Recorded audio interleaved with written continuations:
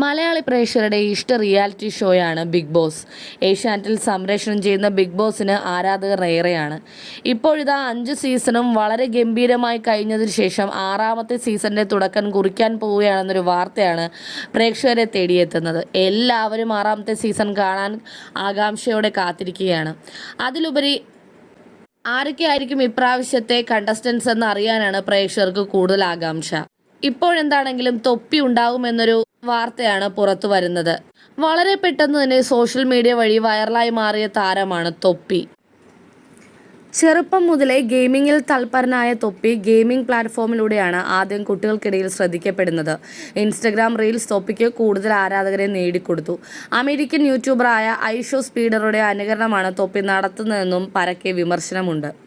സഭ്യതയില്ലാതെ വീഡിയോകൾ അവതരിപ്പിക്കുന്ന തൊപ്പിക്കെതിരെ സോഷ്യൽ മീഡിയയിൽ പലപ്പോഴും രൂക്ഷ വിമർശനങ്ങൾ ഉയർന്നിട്ടുണ്ട്. തൊപ്പിയുടെ വീഡിയോ കണ്ട് കുട്ടികൾ വഴിതെറ്റുന്നു എന്ന് ആരോപിച്ചുകൊണ്ട് അധ്യാപകരടക്കം പലരും രംഗത്ത് വന്നിരുന്നു.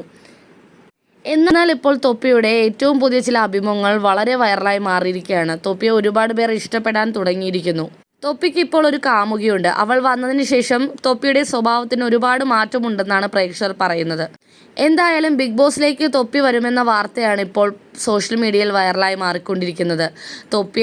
തൊപ്പി വരുന്നതിനോട് നിങ്ങളുടെ അഭിപ്രായം എന്താണെന്ന് മറക്കാതെ കമൻറ്റ് സെക്ഷനിൽ രേഖപ്പെടുത്തുക.